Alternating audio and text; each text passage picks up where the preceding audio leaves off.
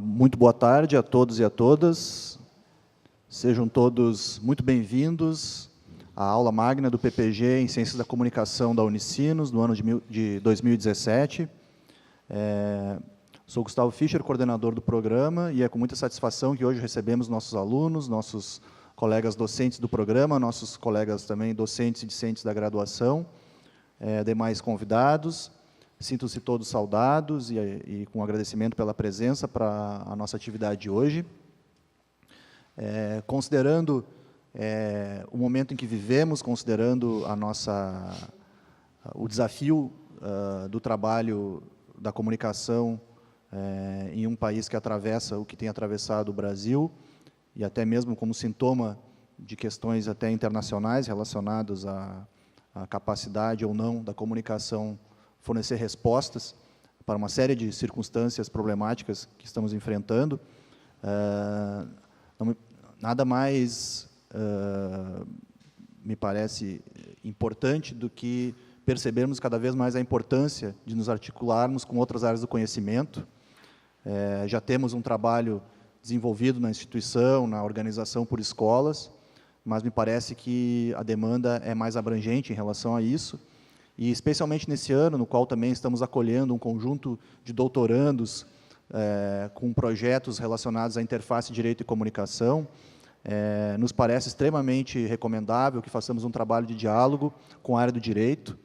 Somos também inspirados por diversas atividades que têm ocorrido nos cursos de graduação, principalmente no jornalismo, em articulação com o direito, com atividades já previamente desenvolvidas, e é nesse sentido que estamos hoje para ouvir o professor Lênio Streck, do PPG em Direito, na sua fala Crime, Mídia e Moral, este é um país de torcedores. O professor Lênio, ele é professor titular aqui do Programa de Pós-Graduação em Direito da Unicinos, e ele tem mestrado e doutorado pela Universidade Federal de Santa Catarina e pós-doutorado pela Universidade de Lisboa. O próprio professor me pediu para não me deter aqui nas questões curriculares. Todos hoje temos acesso a esse objeto complexo e de difícil domínio que é a internet, mas podemos aí acessar as demais informações a respeito do professor Lênio, e certamente também a interação face a face ainda representa muito, esperamos, né, no contexto de hoje. Antes de darmos início, eu vou solicitar que componham para a mesa de abertura aqui os colegas professor Dr. Silvio Bittencourt, coordenador administrativo dos Institutos Tecnológicos, aqui representando o professor Alçones Balestrin, diretor acadêmico da Unidade de Pesquisa e Pós-Graduação da Unicinos, e o professor Dr. Carlo Franzato, colega do PPG em Design e decano da Escola da Indústria Criativa, a quem eu também agradeço pela presença, para que façam também as devidas saudações a todos nós.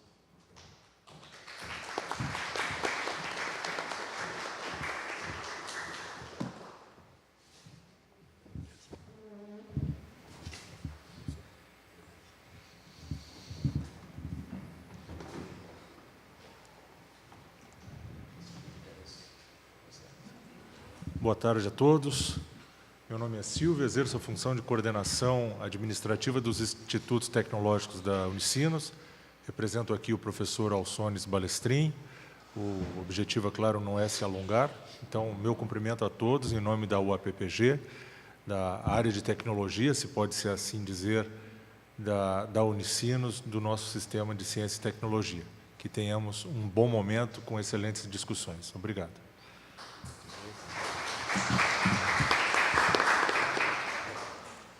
Boa tarde a todas, boa tarde a todos. Em primeiro lugar, gostaria de parabenizar todo o corpo docente, o corpo discente deste programa. A notícia da nota 6, da confirmação deste grande resultado, encheu, evidentemente, de alegria a escola. Sabemos que é um momento especialmente difícil, né, para o sistema universitário brasileiro, aliás, para o Brasil, né, como um todo. Então, conseguir manter estas posições de excelência, claramente nos orgulha. Acredito que nós tenhamos uma missão importante na nossa escola, especialmente neste programa, justamente para contribuir para a compreensão para ajudar no diálogo social, para, enfim, compreender como os fenômenos da comunicação estão mudando muito rapidamente, com um papel agentivo cada vez agentivo. Você pode dizer? Desculpe, eu estou entendendo que tenho algumas dificuldades ainda com o idioma. Um papel agentivo cada vez mais forte.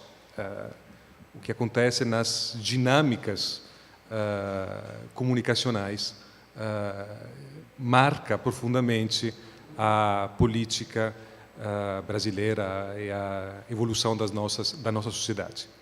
E, nesse sentido, acredito que esta palestra seja especialmente interessante para começar o ano acadêmico. Obrigado, Silvio Carlos. Convido a tomar seus lugares para a gente poder apreciar a fala do professor Lênio. Passo, então, a palavra, agradecendo muito, mais uma vez, ao professor Lênio Streck pela sua presença, e, após a fala, nós abriremos aí para o debate, para perguntas, né, daremos sequência à nossa aula de hoje. Muito obrigado.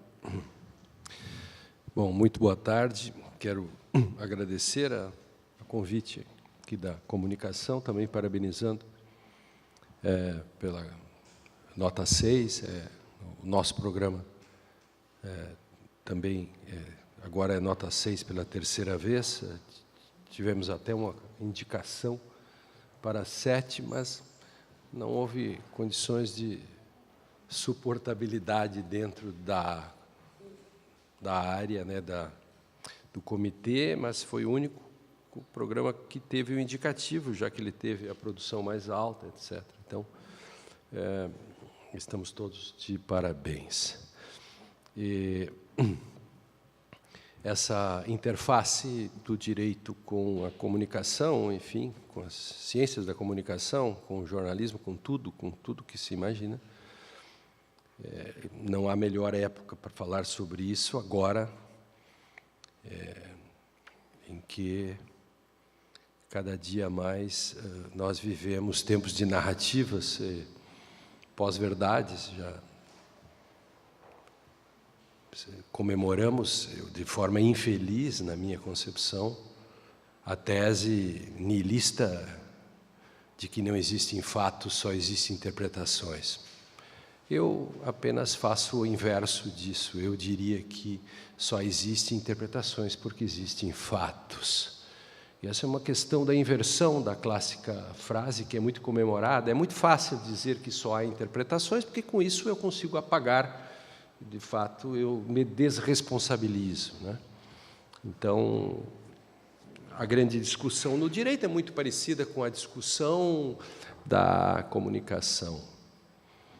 E há um autor bem interessante, embora eu não o trabalhe a fundo, porque eu trabalho hermenêutica, né? Mas que tem tudo a ver, é o Jürgen Habermas, cujo maior inimigo sempre foi aquilo que Adorno e Horkheimer já faziam uma crítica muito forte, né, que é a barbárie do sujeito interior. Como controlar esse sujeito da modernidade que, com sua linguagem privada, nos impõe a sua subjetividade, e o nosso desafio está sendo derrotado. Nós não conseguimos, com os elementos externos, as estruturas, controlar esse sujeito. E há lugares, especialmente, que ele se coloca.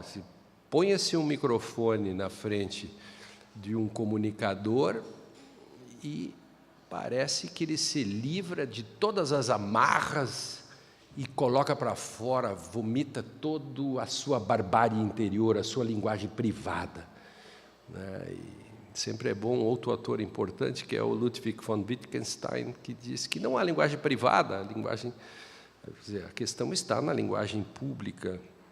Eu não digo que isso é um copo porque eu quero que ele seja um copo, nem esse copo é um copo porque ele tem uma essência de copo. Existe uma intersubjetividade linguística que faz com que eu possa dizer copo. Mas no direito, o sujeito pode dizer que isto não é um copo e vale. Esse é o grande problema. Então, se a Constituição diz X, a lei diz X, o juiz pode dizer Y, porque ele tem uma espécie de skeptron, como na fala de Homero, ou até do personagem daquele livro The Lords of Flies, o Senhor das Moscas, em que o menino recebe, cada um para falar, recebe a concha. E quando recebe a concha, pode falar. E o judiciário é uma espécie assim de nomoteta, o dador de nomes, e com a vantagem de que se você for para a rua e chamar uma garrafa de ônibus, você pode morrer atropelado com sede, mas o juiz pode. E ele mexe com a democracia, mexe com você, mexe comigo. E o cara do microfone também.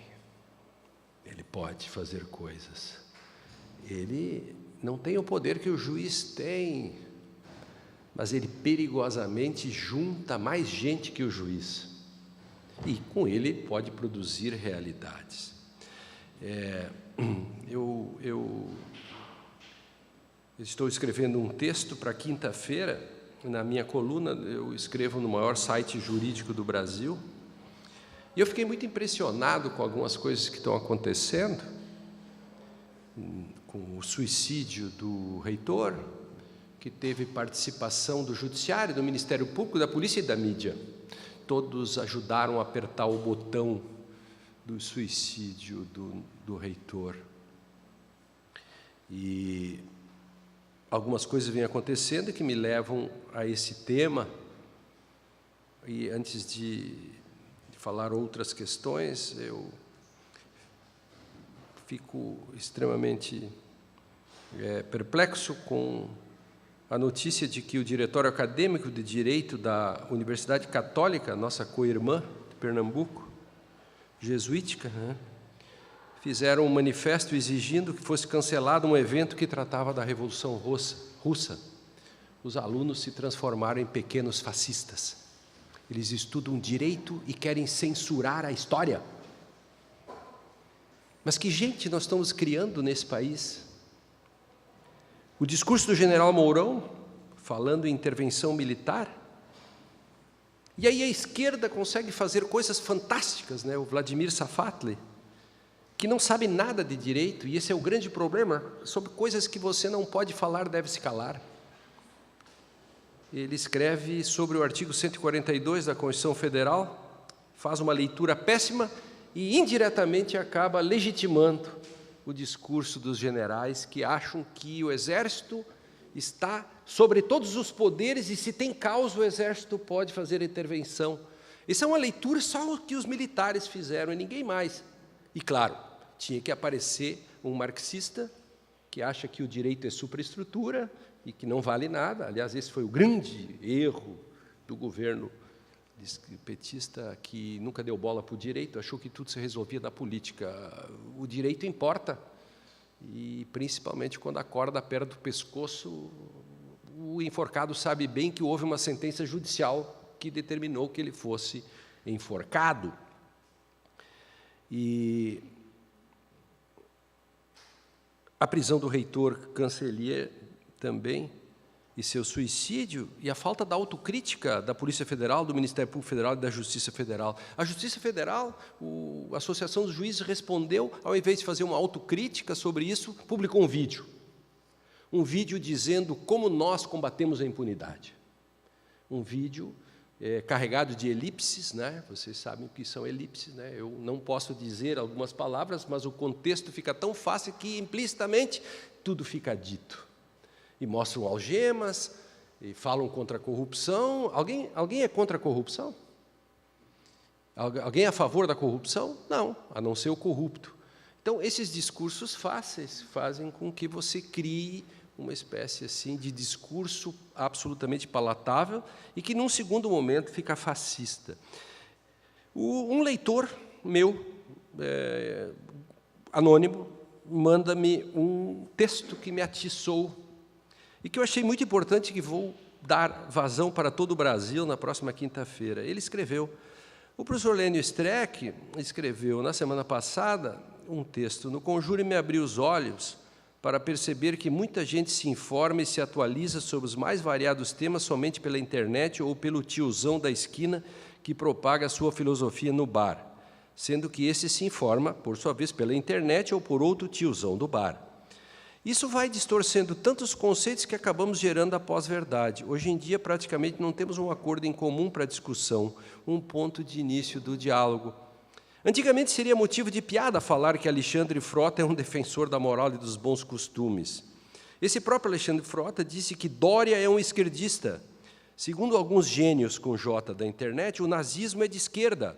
O Dr. Ray disse ser candidato à presidência da República e disse que o Brasil é comunista e ele vai combater o comunismo. Zezé de Camargo, grande filósofo contemporâneo, disse que não existiu ditadura no Brasil, mas apenas um militarismo vigiado, é a Nova Língua, de 1984, em que o Ministério da Guerra se chamava Ministério do Amor e o da Fome se chamava Ministério da Fartura. É a Nova Língua, né, em que a gente vai eliminando e trocando palavras. Esses mesmos viram um golpe contra a soberania popular, indo para as ruas contra a corrupção para pôr no governo uma grande quadrilha. E a culpa por essa quadrilha chegar ao governo é de quem era contra a saída do governo legítimo. Um amigo meu, miserável, quase não tem nada para comer, vive preocupado com a Bolsa de Valores. Outro amigo de infância, trabalhador, que ganha pouco mais de um salário mínimo, está vibrando com a reforma trabalhista, reforma da Previdência e com o tal de General Mourão, que falou da possibilidade de golpe. Um motorista de onde trabalho, fã de Bolsonaro, me mandou um vídeo em que se descobre a solução para toda a educação no Brasil: militarização das escolas. Outro dia discutia com um sobrinho de um amigo e ele dizia que todo o Brasil tem um sistema educacional atrasado por causa do comunismo. Paulo Freire, um comunista. Mas, para mim, o melhor é o movimento que nega a esfericidade da Terra, que, na verdade, é plana. Bem, esse é o tipo de conhecimento que foi criado com a internet, disse o menino esse, Nunes, o meu leitor. Sei que não há somente isso na rede, há muita gente boa na internet, mas quando vejo temas como esse se proliferando, pergunto, onde erramos? Para onde estamos indo? Será que tem jeito? A internet, que parecia ser uma ótima ferramenta para as pessoas terem acesso à verdade, vai mesmo continuar sempre sendo esse terreno anárquico onde todos podem dizer sobre tudo. E eu acrescento, no plano do direito, quando nós chegamos aos 29 anos da Constituição, parece que transformamos a sabedoria da internet, transportamos a sabedoria da internet para dentro das faculdades e das práticas sociais. E transportamos para dentro do direito e da comunicação e de todos os setores as eríneas das Eumênidas.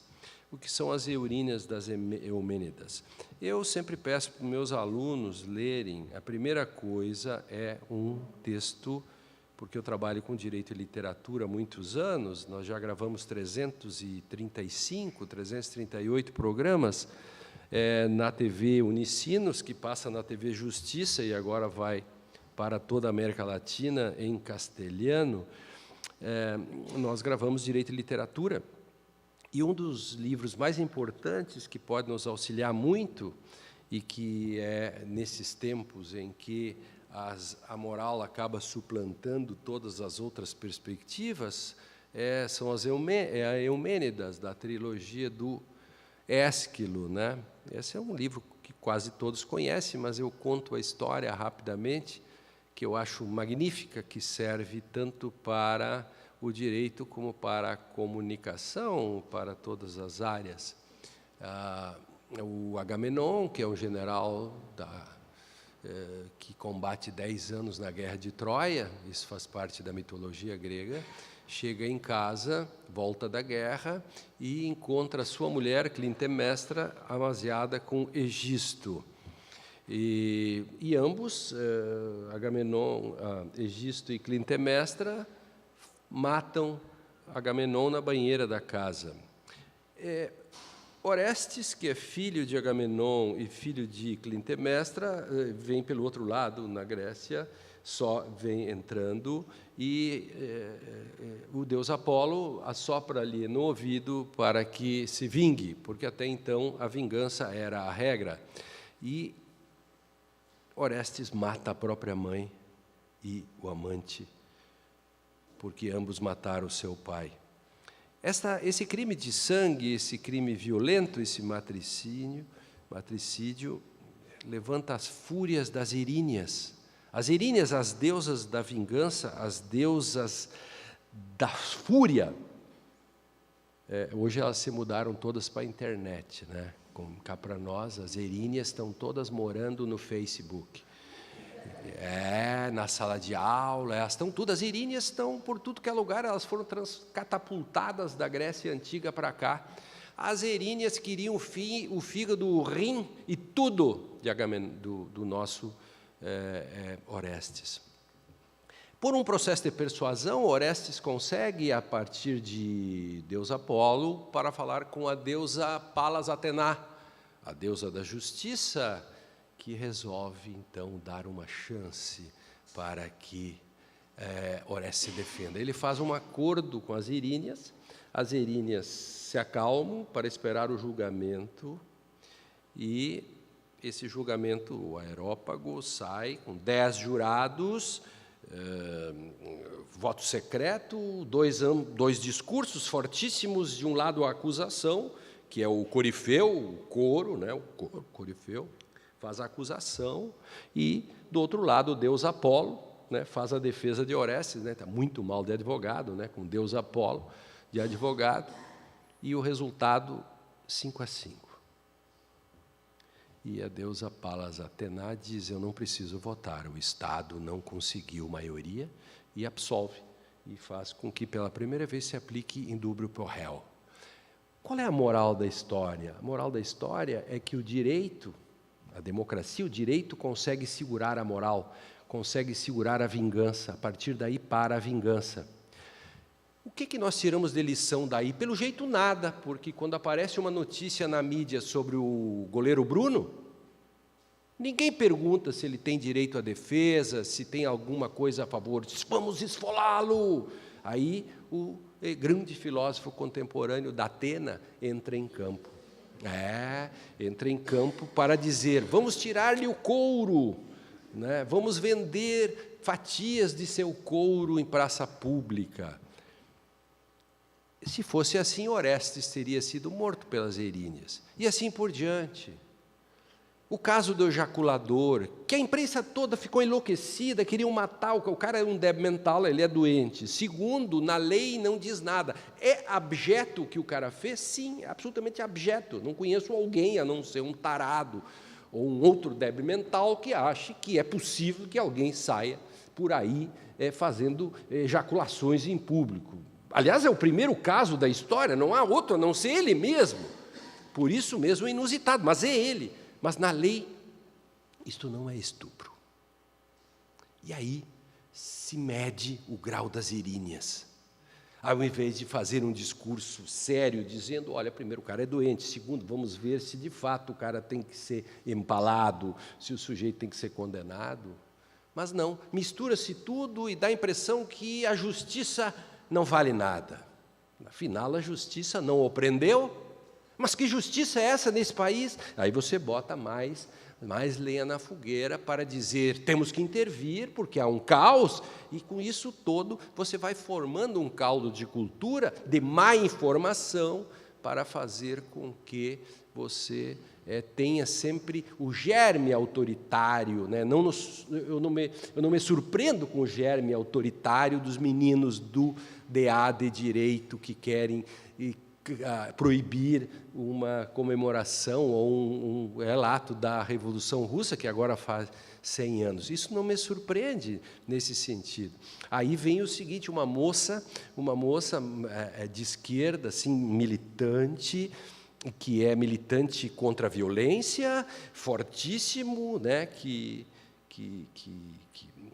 trabalha gênero, que faz todas as questões democráticas possíveis e imagináveis, as mais bonitas e as mais fofas bonitas e tal. E ela não se conteve. Ela aí caiu no fator Ben Stark. Ben Stark é aquele filósofo grande do grande livro Games of Thrones, sabe? O Ben Stark, né, que é um grande filósofo, ele tem uma frase que eu adoro, que diz assim: tudo que vem antes do mas, nada vale. Pode fazer o teste. Quando o cara disser assim, o fulano não vale nada, e papapá, ou o fulano é muito bom, o Lênio Streck é o cara, eu gosto dele, já escreveu 30 livros e tal, tem uma coluna, fica todo o tempo na TV Justiça, mas não sei, sabe? Por que disse antes? Tira o mas e me descasca de uma vez. Porque o que adianta dizer que é isso e depois... Pois a moça fez assim, ela caiu no fator Ben Stark, que, aliás, se você olhar nos jornais e fizer esse teste, você elimina metade do texto. As entrevistas, você elimina metade delas, porque o sujeito, para falar algo, ele diz, blá, blá, blá, mas pode escrever, vem bomba. E ela diz assim, eu sou garantista, eu sou a favor, sou contra a violência, temos que combater a impunidade, mas sempre preservando o máximo da legalidade. Mas nesse caso...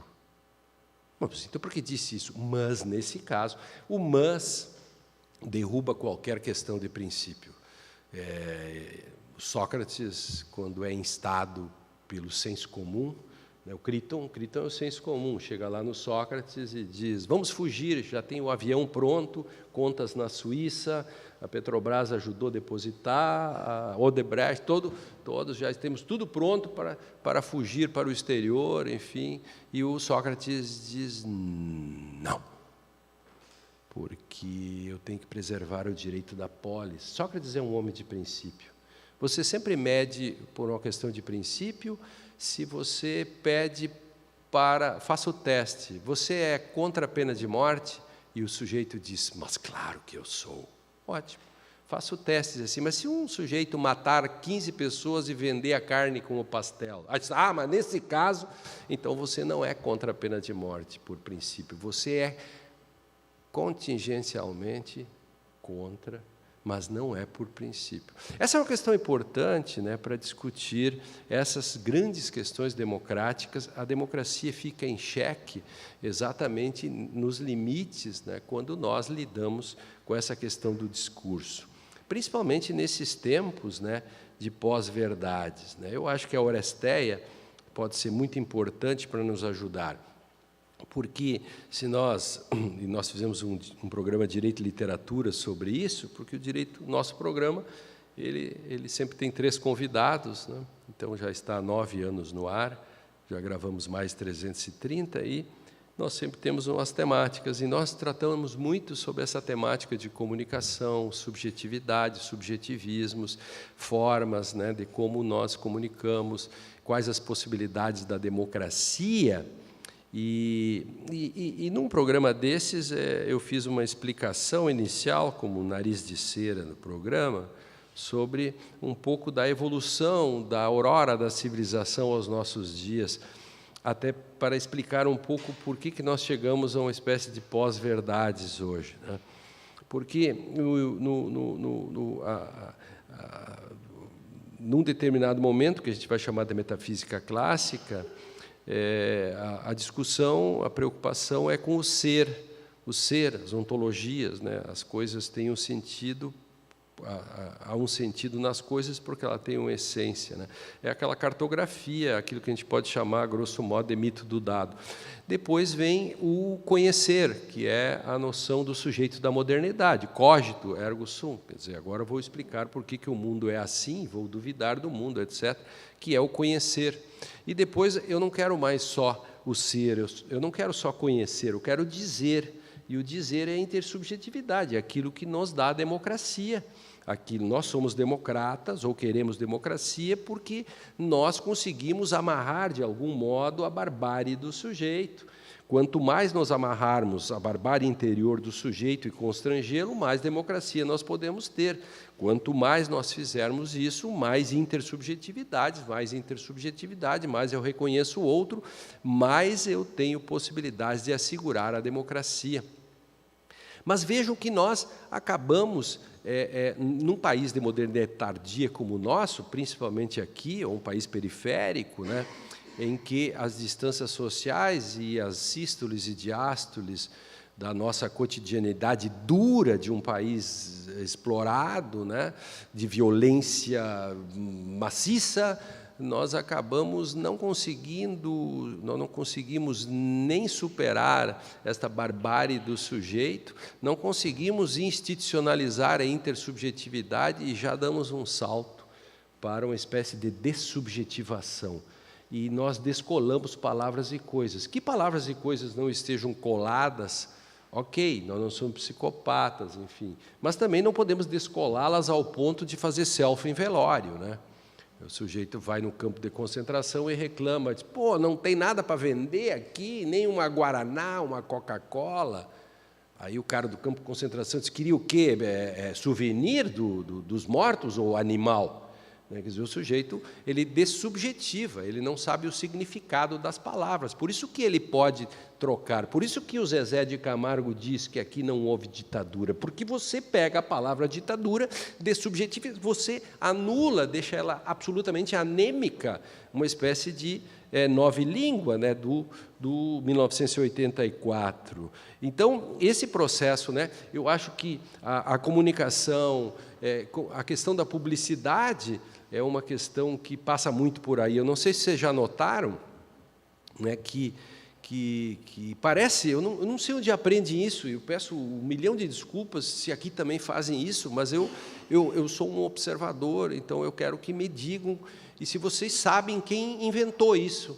Por que todas as reportagens da televisão são a mesma coisa?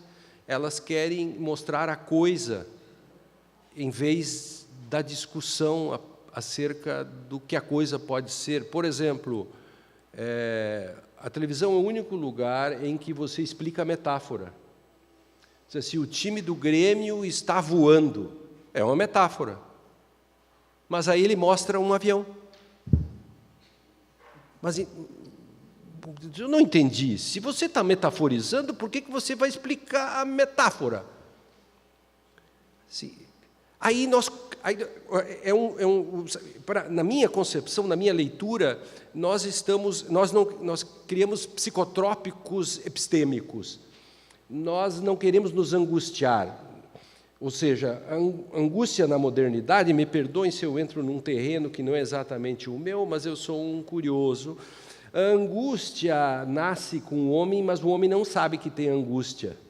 Essa angústia só começa a existir na medida em que se descobre a intersubjetividade, de Kierkegaard para cá, e depois a psicanálise começa a fazer com que o sujeito já não se mate mais, mas ele começa a existencialmente entender por que ele existe. Ou seja, eu me angustio, sei que eu tenho angústia, não é ruim ter angústia desde que eu administre a minha angústia.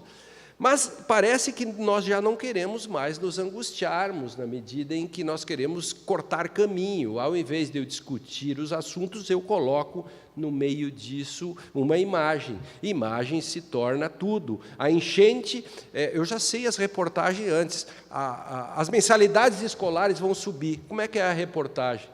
Simples, o repórter entra para dentro da casa de uma pessoa que tem 1 ou 2 filhos, com o carnê na mão, começa a falar do assunto e encerra na frente da escola.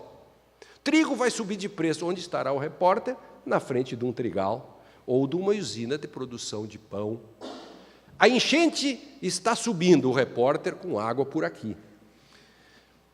Então, por quê? Porque nós queremos nos tornar imbecis, assim, é para colar o relé. Significante, significado é para casar, é para colar, é criar aquilo que se chama, né, a partir de Wittgenstein, isomorfia, o primeiro Wittgenstein, isomorfia. Então, a televisão acaba criando linguagens isomórficas. Ele mostra a coisa para não precisar discuti-la, você não tem nem tempo, e por isso que ele explica a metáfora, funciona desse modo. E nós nem questionamos. A Skin fez uma publicidade que diz assim, por que é que você paga a mensalidade 1 ano de uma academia e não frequenta? Eu responderia, porque você é um imbecil. E ela diz a resposta, porque sim. É genial, porque sim, eu não preciso dizer porquê. É como no Primo Levi, um muçulmano preso, meio homem, meio coisa, um homo sacer, leva uma porrada de um soldado alemão, e ele pergunta assim, mas por que você me bateu? Eu disse, aqui não tem porquês. Quando você chega nesse nível, não há mais porquê. E quando você não se pergunta porquê, é porque, Houston, nós temos um problema de comunicação. É porque nós temos um problema de compreensão. A Skin diz, por que você vai ao jogo de futebol no domingo, se abraça no gordinho suado, na hora do gol? Eu diria, bom, porque, sei lá, você gosta de gordinhos suados, não sei o quê. A Skin resolve, diz, porque sim. E aí vem o complemento, por que você toma Skin? Porque sim, pronto. Não é genial?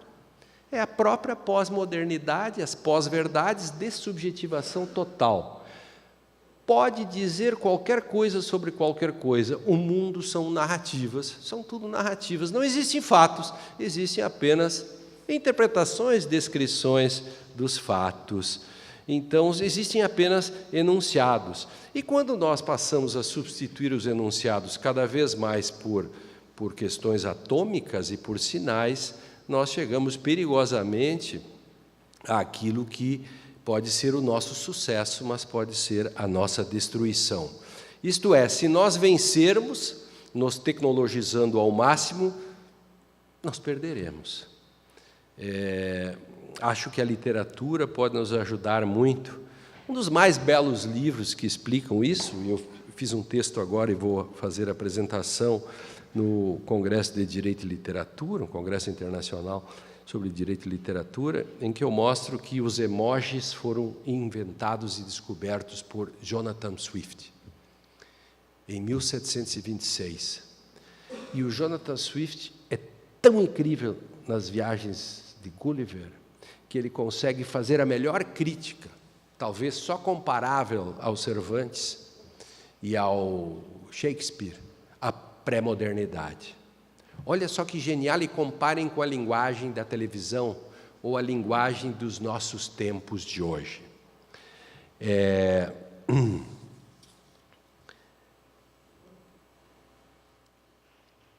Em Lagado, capital da nação de Balnibard, Gulliver encontra a Academia de Projetistas.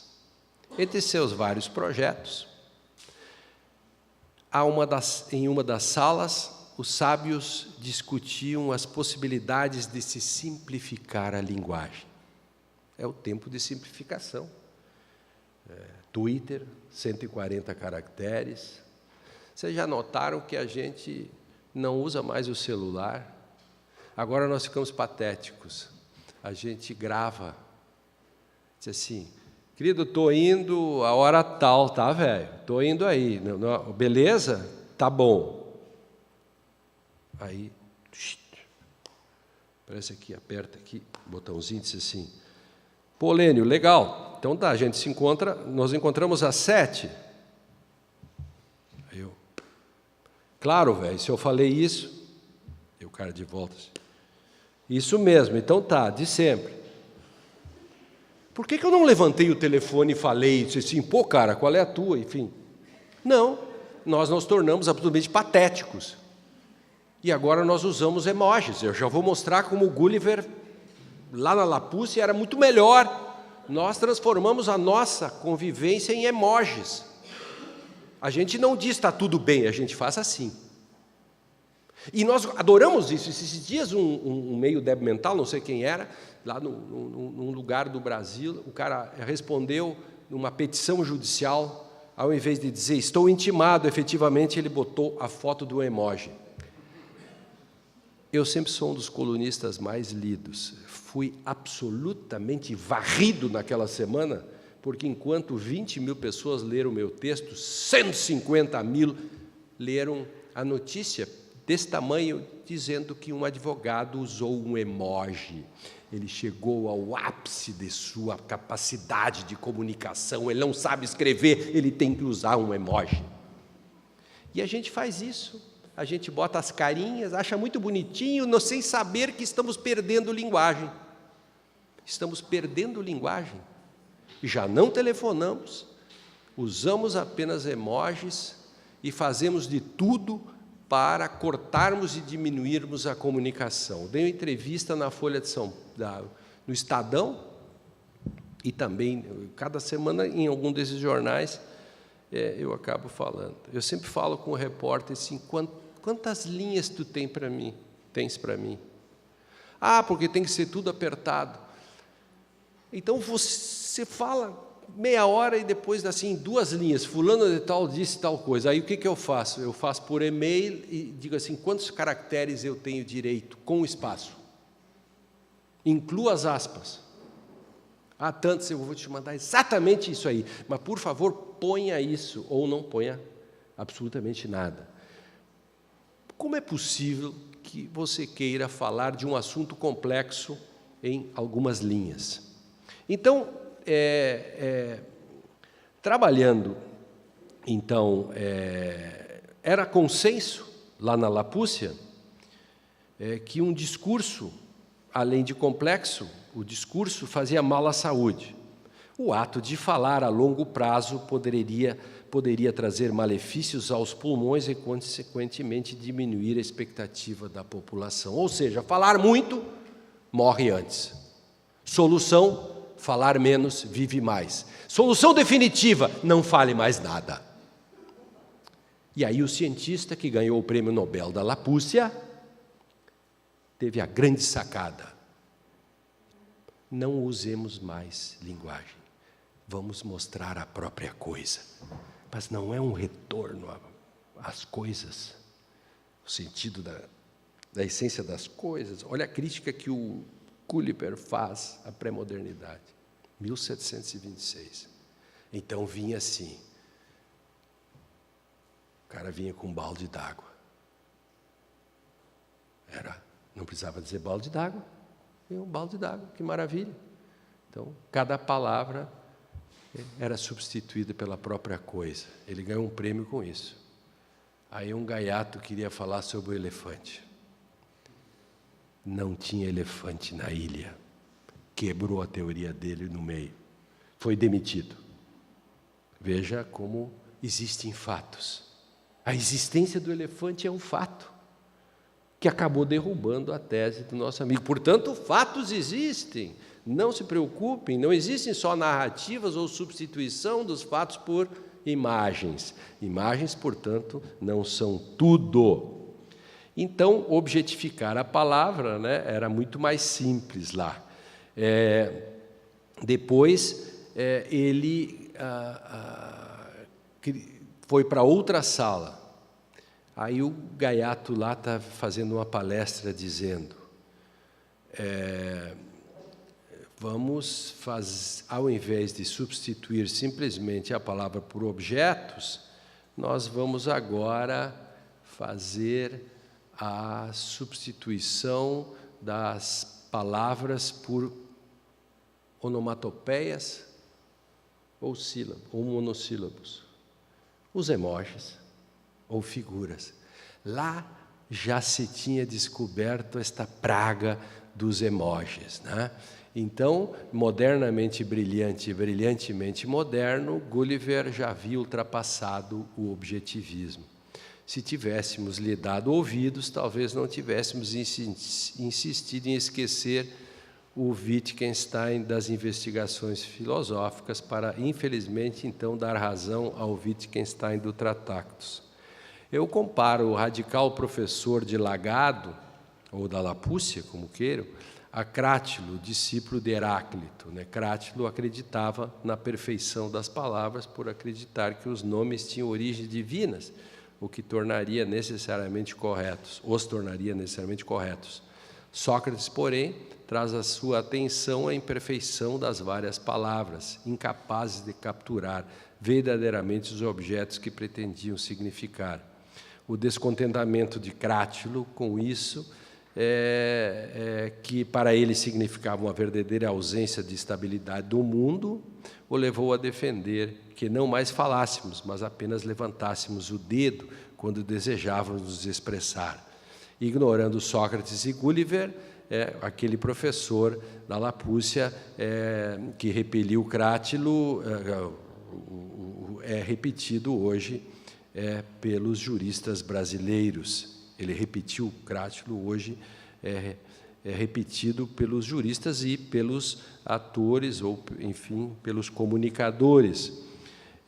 Essa é a grande questão, quando um conjunto de sujeitos propõe algo através de um conceito, é como se estivéssemos na Academia da Lapúcia, porque estamos tentando dizer que as palavras podem refletir a essência das coisas, ou as próprias palavras podem substituir as nossas linguagens ou a nossa comunicação, e, infelizmente, nós acabamos nos aproximando perigosamente dessa substituição do mundo por proposições sobre o mundo, e logo, logo nós vamos substituir essas proposições por sinais. Já estamos nos emojis, e quanto mais os emojis acabam se sofisticando, mais palavras um emoji dirá. E vai chegar um momento em que nós faremos um texto com emojis e conseguiremos botar, digamos, 50 palavras em 10 emojis. Vencemos e perdemos, porque nós vamos perder mundo. E esta é uma questão que está lá no princípio, era o verbo. E o verbo era o princípio. As coisas estavam lá, mas só passaram a ser coisas depois que Deus disse. E há um fiat lux, um fiat logos e um fiat lex. Deus consegue fazer com a Torre de Babel aquilo pelo qual nós nunca nos recuperamos mais. Hoje nós não nos acertamos na comunicação e nos odiamos porque talvez a Torre de Babel tenha atravessado o tempo e tenha chegado a estes nossos tempos. Talvez a imprensa, a comunicação precise de protocolos. Seguir protocolos, porque quando hoje nós fizemos um programa sobre Camus, Albert Camus. O grande problema é que a gente primeiro julga e depois entende. Quando a gente noticia algo, a gente faz um raciocínio teleológico perigosamente finalista. Eu dou a conclusão e depois eu busco a justificação. A minha conclusão de algo, o meu conceito, é um perigoso problema de assujeitar a realidade a partir de minha subjetividade. Eu cedo espaço para a barbárie do sujeito interior, e a barbárie do sujeito interior é autoritária. Penso que, perigosamente, a comunicação nos dias de hoje acaba fazendo, numa sociedade como a nossa, uma relação promíscua com aquilo que se pode chamar de lawfare.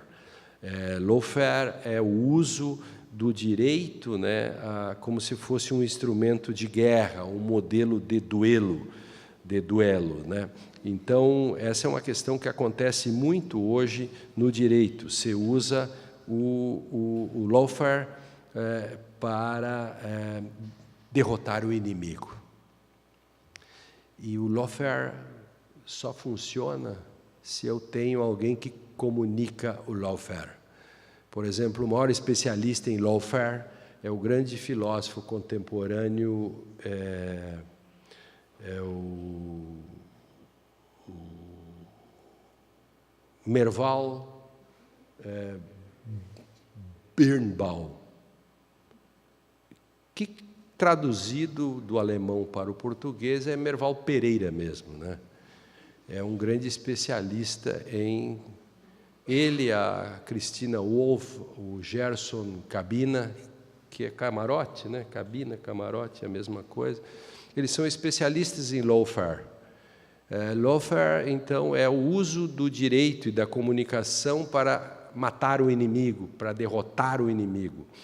Sem a comunicação, o lawfare não existiria, e sem o lawfare, talvez a comunicação não fosse assim. Nas democracias, você precisa dos tabloides, porque as notícias não são tão importantes. Nos lugares em que a democracia fracassa cada vez mais e cada dia nós temos novas notícias, nós, de fato, temos o exercício de amigo e inimigo, e o direito acaba cumprindo um papel de lawfare muito grande. Na verdade, a gente passa até por um dilema Tostines, né? Tostines vende mais porque é fresquinho, ou é fresquinho porque vende mais? O lawfare é tão forte por causa da mídia, ou a mídia se torna tão forte por causa do lawfare? Ou seja, essa questão de que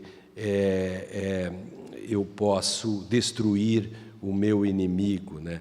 Quer dizer, no fundo, o lawfare é uma manifestação do relativismo moral. O relativismo pressupõe que algo será certo ou errado apenas circunstancialmente.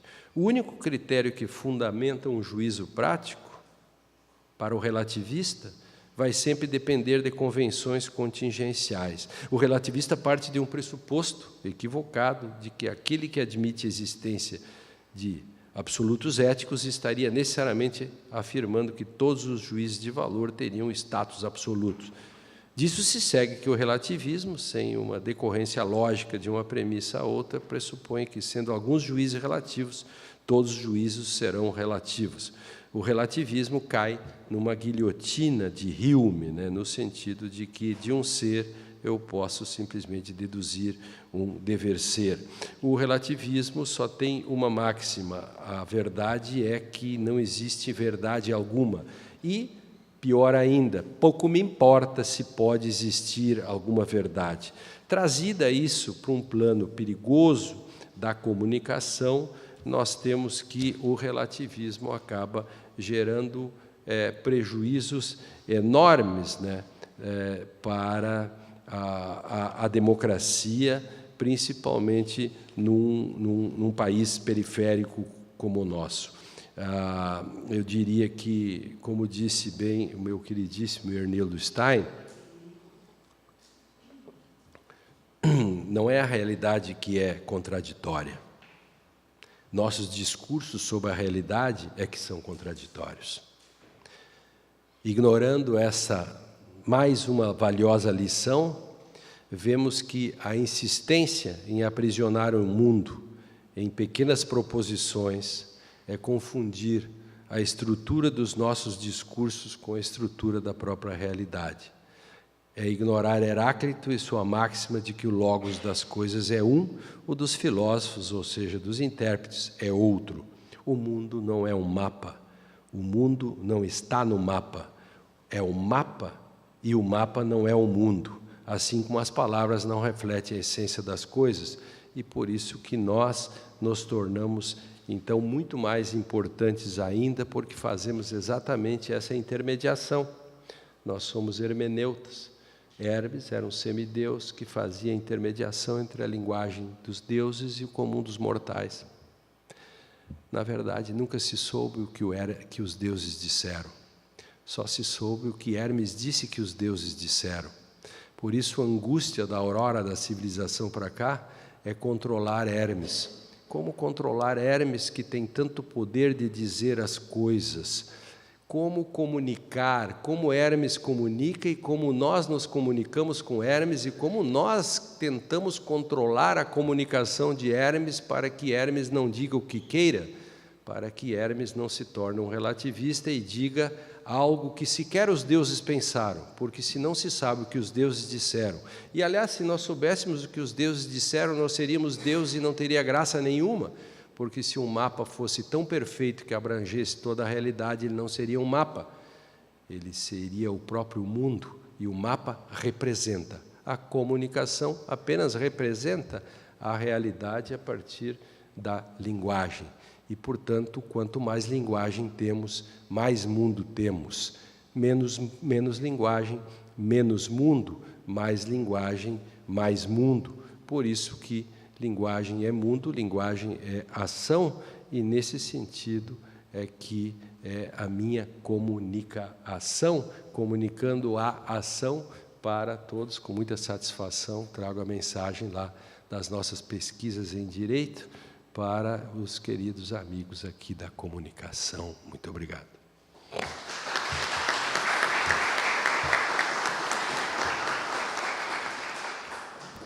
Professor Lênio, obrigado.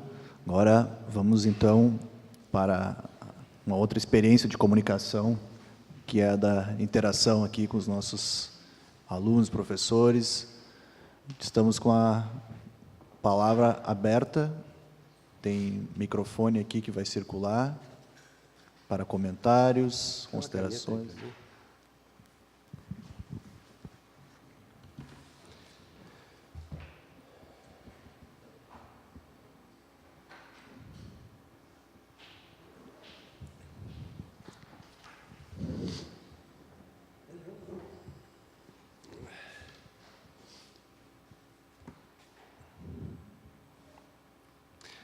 Temos a melhor profissão do mundo, a gente é pago para fazer isso. Isso é que nem jogar futebol.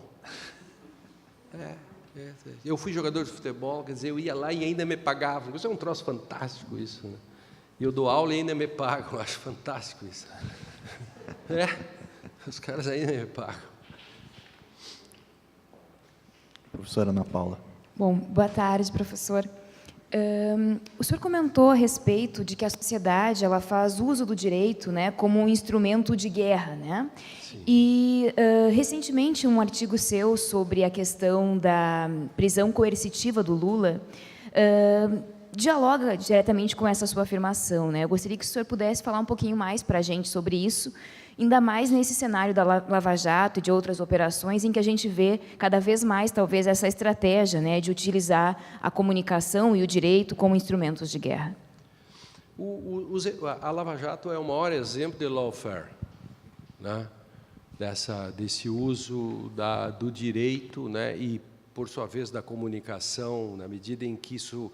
E as palavras não são minhas, o próprio juiz Sérgio Moro disse que a Lava Jato, no modo como ela age, só dá certo com a comunicação, porque se ele não tivesse o apoio da comunicação, ele não conseguiria.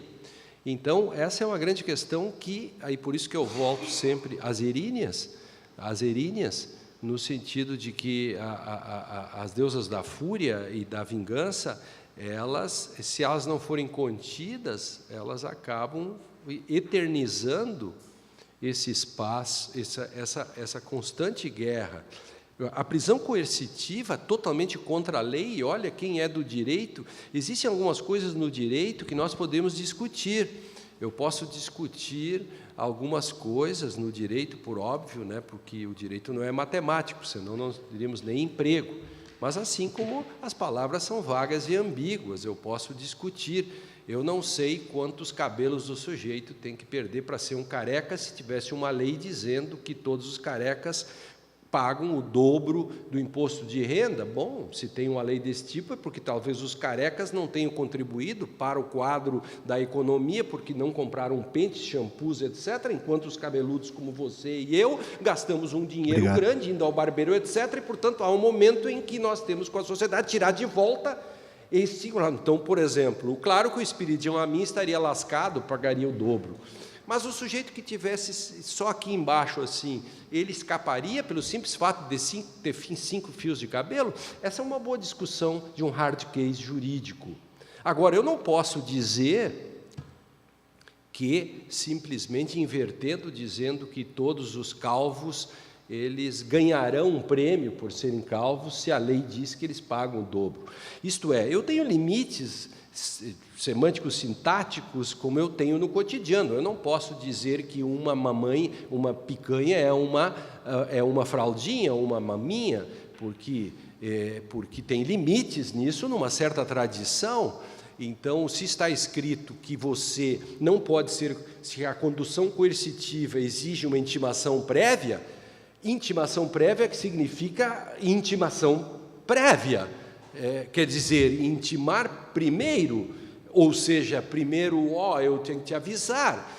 Se nós no direito deixamos escapar isso e transformamos isso numa narrativa em que não há fatos e só a narrativa, e essa narrativa tem o poder de mudar a realidade, nós entramos perigosamente no autoritarismo e o caminho para isso, né, e por isso que a Lava Jato é o maior exemplo de lawfare, no sentido do uso, né? Eu não estou dizendo que você... Claro que é um discurso bom você dizer que combate a corrupção, mas a questão é saber se você pode, se os fins justificam os meios numa democracia. Obviamente que é absolutamente inadequado, de fato, essa gente toda tem que ser, sei lá, chicoteada, etc, etc. Ok. A questão é saber se você pode fazer isso simplesmente deixando na mão de algumas pessoas que fariam uma espécie de juízo salomônico a respeito disso. E se você pode condenar alguém sem provas, porque se você admite que você pode condenar alguém sem provas, você mesmo admite que não há mais direito. E, portanto, na primeira vez que você cometer uma pequena infração, simplesmente alguém dirá, é culpado. E você dirá, mas eu quero o devido processo legal. O cara disse, mas você não deu o devido processo penal para o pessoal da Lava Jato, porque aí você achou que eles mereciam. E por que o cara que disse que você cometeu o crime não merece também? Por que... mas aqui a questão é menor. Então a questão do tamanho, quer dizer, você faria amor comigo por $1 milhão? E a mulher responde com muito prazer. E eu diria, e por $5, já que eu sou um pelado? O cara disse, $5 não, pensa que eu sou uma prostituta? Diz, bom, isso nós já resolvemos na primeira pergunta, agora nós vamos discutir apenas o preço. Então, essa é uma discussão que é do tamanho, quer dizer, o problema do princípio e da contingência, quer dizer, você é contra a pena de morte, mas se for um caso violento, você é a favor, então você não é contra a pena. Então, a questão na democracia... Aí você tem toda a razão, esse problema da condução coercitiva, eu tenho batalhado isso. E outra coisa, somos um país de torcedores, sabe por quê? Porque nós gostamos de ganhar com gol de mão e odiamos perder com gol de mão. Na democracia você não pode ganhar com gol de mão exatamente para não precisar depois chorar por perder com gol de mão. O direito se tornou tão importante nesse caminho, a partir do segundo pós-guerra, que a democracia passou a ser feita a partir do direito. É muito fácil a tentação. Os irmãos Karamazov, no início, quem leu, isso é arrepiante, assim, quando ele fala do grande inquisidor, ele está falando para o Alyosha, né? O personagem fala para o Alyosha e fala sobre um caso em justiça, assim, Jesus volta para a terra e é preso pela Inquisição. Sabe qual é o maior erro cometido por Jesus? Foi ter agido por princípio quando negou ao diabo, porque ao fazer isso, ele comprometeu toda a humanidade. E nós não somos fortes suficientes para decidir por princípio. Nós nos entregamos para a primeira assertiva moral, porque ela é tentadora. Responder pelo senso comum e dizer, é você, isso é a maior barbada do mundo. Suspender os prejuízos e dizer, olha, vamos ver quem sabe. Essa é a grande dificuldade. E nós somos profissionais. Se nós fôssemos fazer juízos morais, e eu acho que comunicadores e juristas não fazem juízos morais. Quem faz juízos morais são os filósofos morais. Eles fazem melhor que a gente. Eu não tenho que decidir no direito se um trem mata 10 pessoas e eu tenho que matar um para salvar. O direito não trata disso. Isso é um dilema moral. Aliás, se o jurista tivesse que decidir entre matar 10 ou 1, ele seria uma barbárie. Que direito seria esse se ele tivesse que escolher entre 10 vidas e uma? E na comunicação, Você também não faz juízos morais. Antes disso, tem uma série de questões democráticas que, com uma espécie de protocolo, você tem que investigar. Os médicos americanos descobriram que 90% ou mais dos acertos médicos se dão quando o médico segue o protocolo.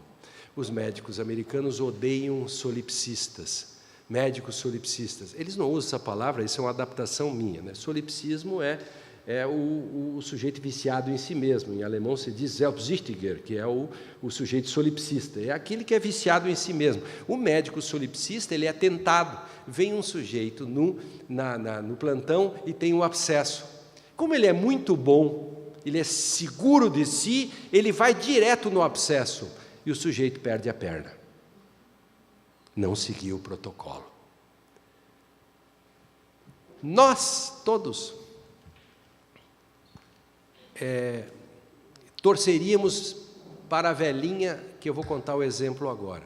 Aí os americanos mostram que todos os erros se dão quando você não... 90% dos erros também se dão quando você não segue o protocolo. No direito é a mesma coisa. Pensem comigo e vejam um exemplo escroto que eu vou dar agora.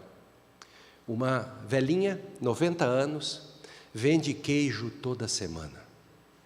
Todos os dias, durante um ano, para comprar uma passagem para ir pela Gol, em 12 prestações, com 15 escalas e 2 conexões, para visitar a sua filhinha que mora em Porto Velho, em Rondônia.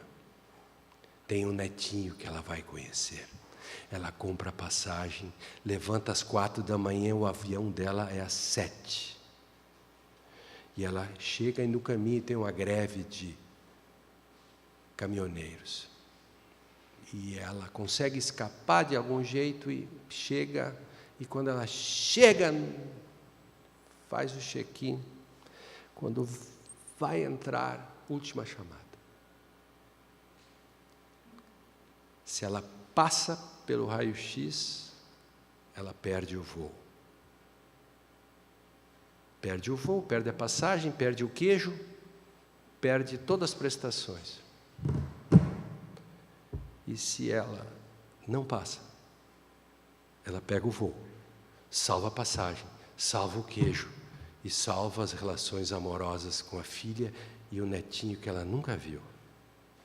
A população em roda grita: deixa, deixa, deixa. E o cara do raio-x diz: não. Todos diriam: filho da mãe, não vale nada, vai para o inferno. Pois a democracia se faz assim, ele está certo. Porque se você admitir que ele faz isso com a velhinha, ele faz com qualquer um. E se ele faz com qualquer um, não tem mais segurança do voo. Há um princípio, a segurança do voo. É ruim isso. Mas a democracia é uma coisa tão séria que ela dói. Por vezes ela machuca a gente. Ela é dura. Mas a gente tem que ter isto. Nas filas, em qualquer lugar, você vai na Alemanha, em outros lugares, você sente assim, às vezes, raiva das coisas. Mas você diz, depois pensando bem, diz: putz, esses caras estão certo. Estão certo. Um amigo meu foi lá em Frankfurt para levar ia sendo levado pelo presidente do tribunal local para visitar um museu e chegaram 2 minutos atrasados.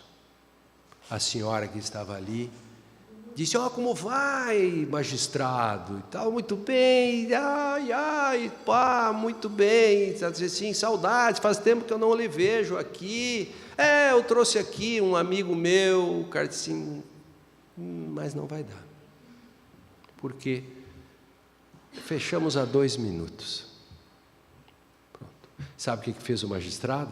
Disse assim: Frau fulana, lembranças da sua família, que bom vê-la novamente. E foi embora. E disse para esse meu amigo, disse assim: infelizmente chegamos 2 minutos atrasados. Bingo! É assim. Então, tem um pouco disso, né? Por isso que se está escrito, não pode fazer condição coercitiva. Ou, caso Aécio Neves, nenhum lugar da Constituição está escrito que o Aécio podia ser afastado. Eu não gosto do Aécio Neves, mas eu tenho que ter a grandeza de dizer, não pode fazer isso, porque amanhã serei eu, será você, porque eu estou transferindo o direito da polis, que está na estrutura, e estou transferindo ela para a barbárie interior do sujeito. O sujeito da modernidade, esse, violento. O direito não é bom e não deixa ninguém melhor ou pior. Aliás, o direito não tem nem o direito de querer que as pessoas sejam melhores. Ele apenas as contém. Só as contém. É que nem o superego. Seu id quer ir para o carnaval, tirar a roupa. Ele diz não. Esse não é que nem o cara do Tubos Tigre. A propaganda dos Tubos Tigre, que eu acho absolutamente genial. Ele não troca de marca, por uma questão de princípio. Aí a mulher abre o sutiã e diz assim, mas você não quer trocar de marca? Ele olha, aquela mulher belíssima, com aqueles quase seios à mostra, e ele diz, bom, se é nesse caso, não. Não, esse é o ponto. O não necessário também é o não da democracia. Professor Braga, é escrito. Professor Helênio, é sempre uma satisfação ouvi-lo, por um lado, pelo sabor da sua fala, e, por outro lado, sim, certamente nós, pelo menos posso falar por mim, sintonizo bastante com as suas perspectivas críticas.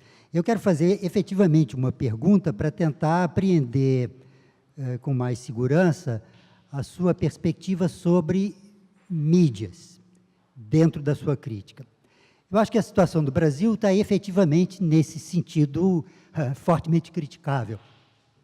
Um colega outro dia me falou, deve ser uma piada que está circulando por aí, assim, o Brasil, depois de ter sediado a Copa do Mundo e ter sediado as Olimpíadas, está se preparando para sediar a Idade Média.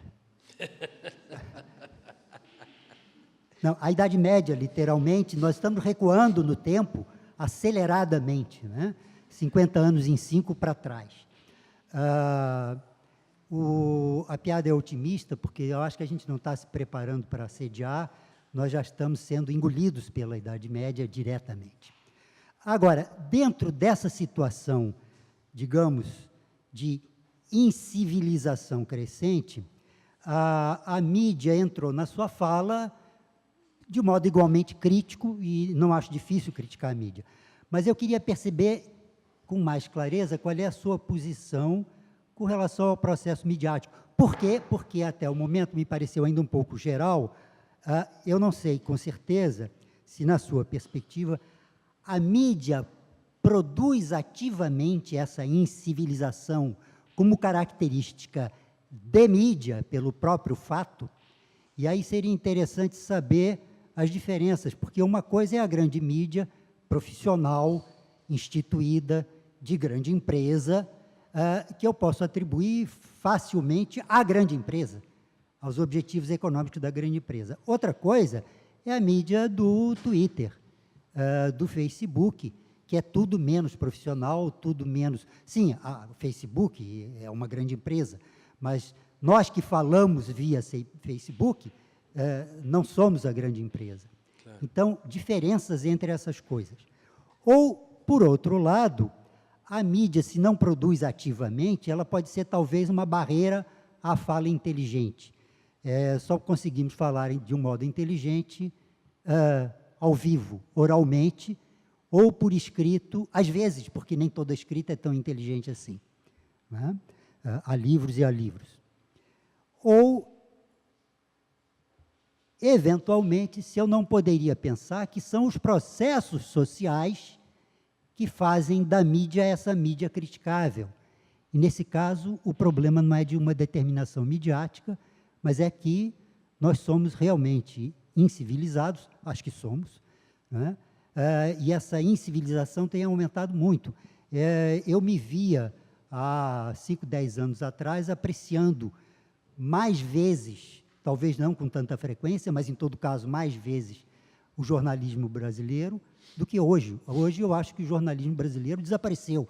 Não há jornalismo, realmente. Mas aí, a mídia é a mesma, a empresa é a mesma, o Facebook é o mesmo, as pessoas que estão trocando mensagens pelo Facebook e Twitter são as mesmas, né? Então, o processo não é da mídia, o processo é realmente civilizacional. Nós estamos deixando, e não por causa da mídia, por causa de circunstâncias culturais, políticas e econômicas complexas, nós estamos deixando e favorecendo, nós, o Brasil, eu gostaria de achar que eu não tenho parte nisso, mas o Brasil está deixando a barbárie interior vir à tona com mais frequência.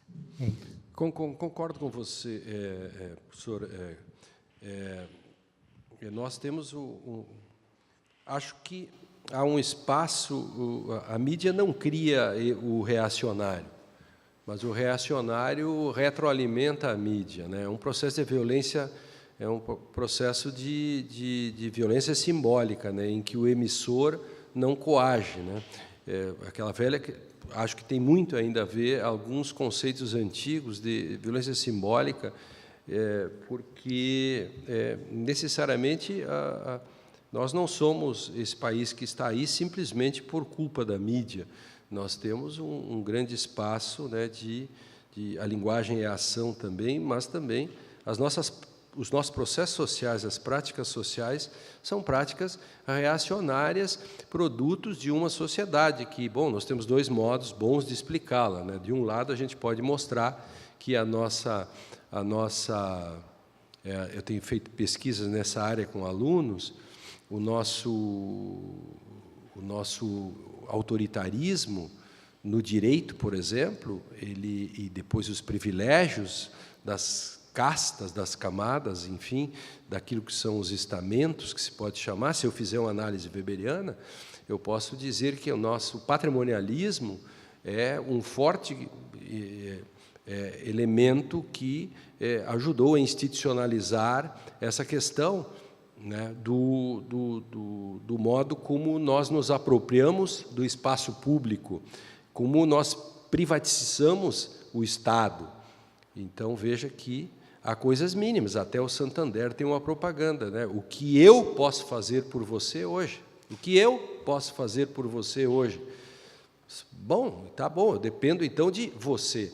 Então, nós criamos essa ideia de que quando você vai ao judiciário, você não pede você não está pedindo, o juiz pelo menos pensa isso, que você não está pedindo para que ele responda diante de um conjunto de fatores externos, que é a estrutura de uma linguagem pública institucionalizada no direito e na Constituição, que é a linguagem de todos. Não, ele acha que você está perguntando a opinião pessoal dele.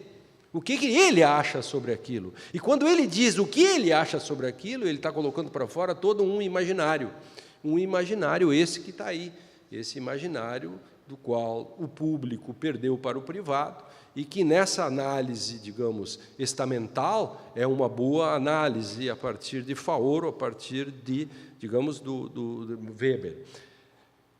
O outro lado interessante para analisar isso também, claro, é a partir de uma análise ainda marxiana, etc., a partir das questões em que, obviamente, todas as questões sociais seriam os componentes que empurrariam essa questão de uma certa superestrutura que estaria aí legitimando todos esses processos. Eu tenho grandes simpatias pelas análises que tratam dessa questão do nosso patrimonialismo, né? De que o Brasil é estamental e que, para além da luta de classes ou para além de outras lutas, estão os estamentos.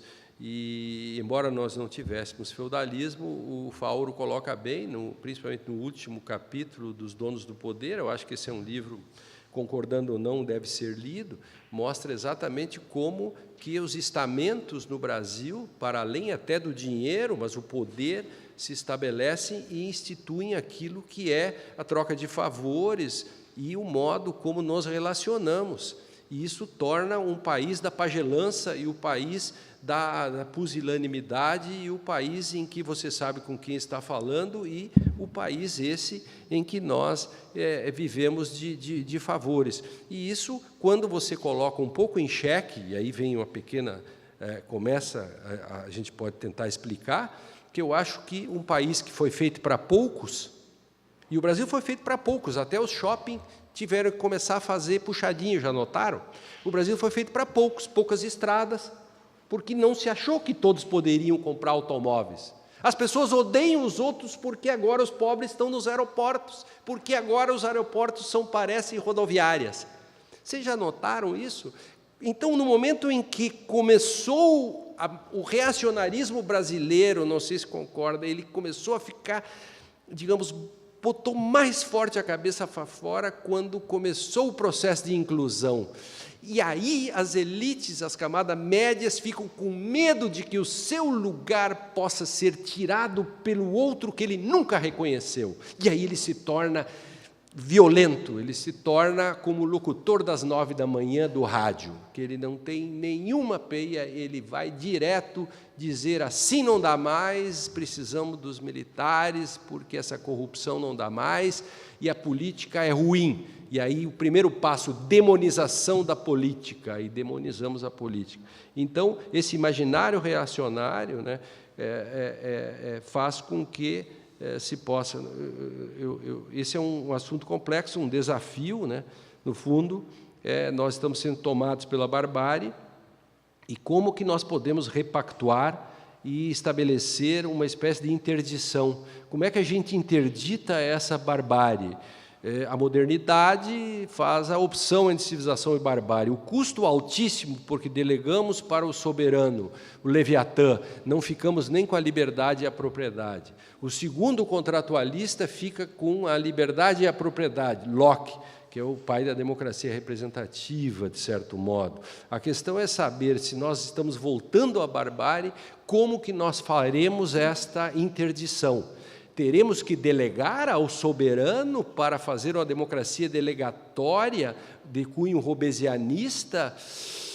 E isso é perigoso porque levaremos mais 50 anos para retomar a democracia. Então, de fato, a sua pergunta é fundamental, eu não sei respondê-la, respondo nesses meus, digamos, nessas minhas reflexões, mostrando que talvez o direito e a própria comunicação e os meios de comunicação, a mídia, estejam hoje no maior desafio.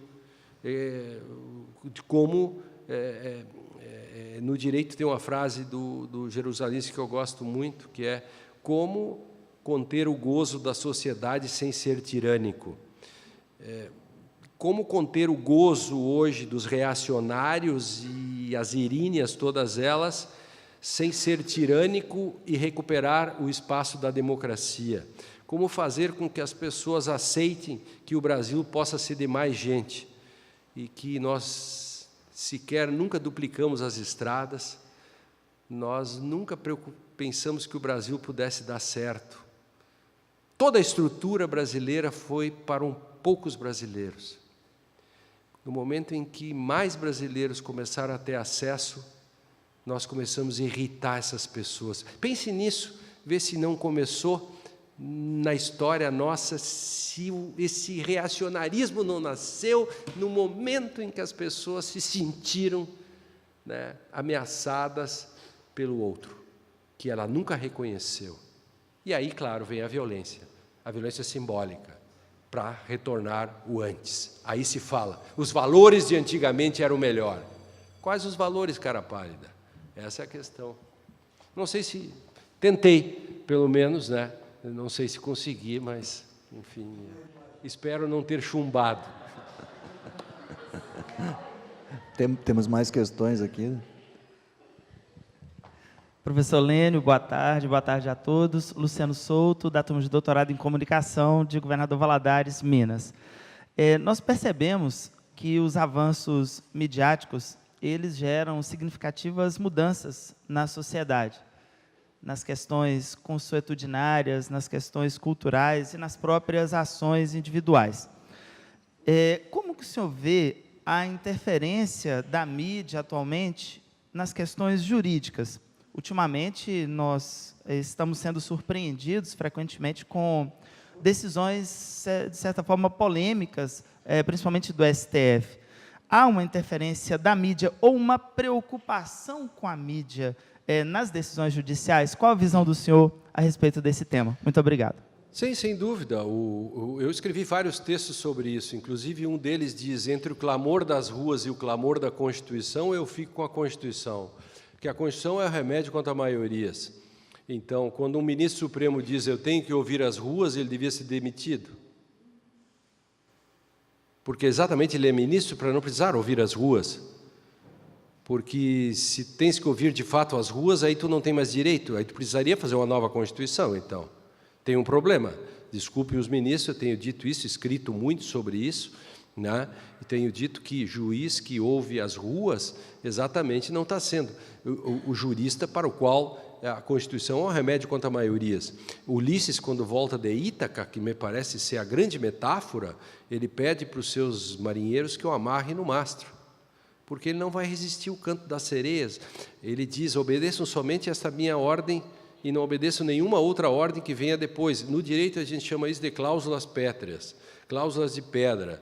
Isto é, eu só sou sobreviver se vocês obedecerem só a primeira ordem e nenhuma outra ordem, mesmo que eu tenha condições de dar essa ordem.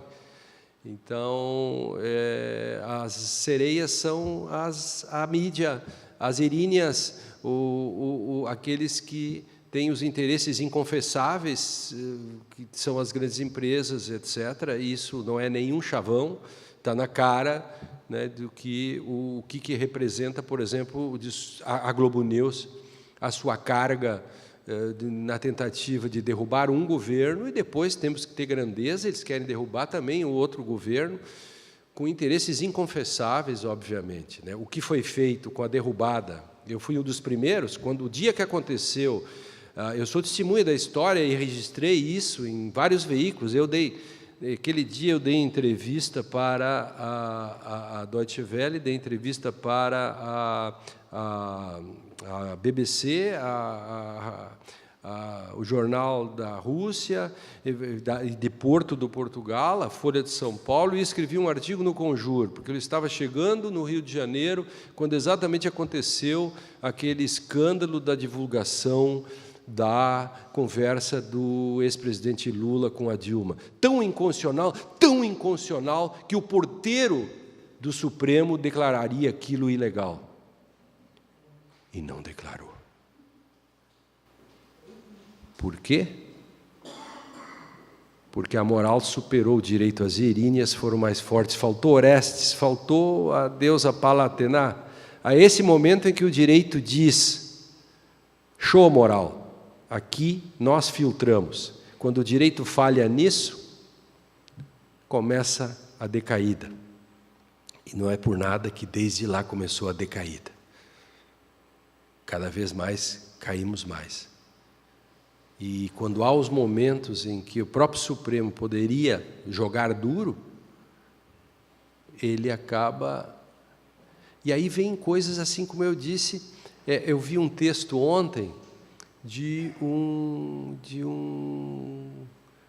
um marxista, Aldo Fornagiori. Eu adoro o Aldo. O Aldo escreveu uma coisa que mostra exatamente a falta de visão da esquerda brasileira. O Aldo escreveu que o Supremo, no próximo julgamento, tem que mostrar para o Senado o que é a moralidade, etc., que é a questão do mandato do Aécio. Mas, quer dizer ele deixa a questão da representação do Senado, porque o Senado é ruim, para entregar isso na mão do Supremo Tribunal, o mesmo Supremo que, quando Dilma foi afastada, porque, no fundo, o Sérgio Moro ajudou a derrubar a Dilma, e eu disse isso no dia que isso aconteceu, o dia que um juiz derrubou uma presidente da República. E agora, setores que não conseguem entender isso, até o Renato Giannini acabou escrevendo agora algumas coisas dessas sobre o artigo 142 da Constituição. Então, nós estamos totalmente atrapalhados, absolutamente atrapalhados. Mas nem era bem essa a sua pergunta, mas eu já espichei adiante, me empolguei e, enfim, é isso. Eu acho que respondi no primeiro minuto a sua pergunta e depois eu acabei indo mais longe. Temos aqui na frente, Wesley. Boa tarde, meu nome é Wesley, para aqueles que ainda não me conhecem. Eu sou também da turma de doutorado em Ciência da Comunicação pela FADVALE. Queria, antes de tudo, parabenizar pelo brilhantismo da palestra. É sempre muito agradável ter assim, essa inspiração, né? Tanto do palestrista quanto dos professores que fizeram as indagações, que algumas delas a gente também já tinha. Mas como tem muita coisa que foi dita, né, que seria objeto, talvez, até mesmo de um debate, eu destaquei aqui, aproveitando a última fala do senhor, a questão relacionada ao mandato do Aécio.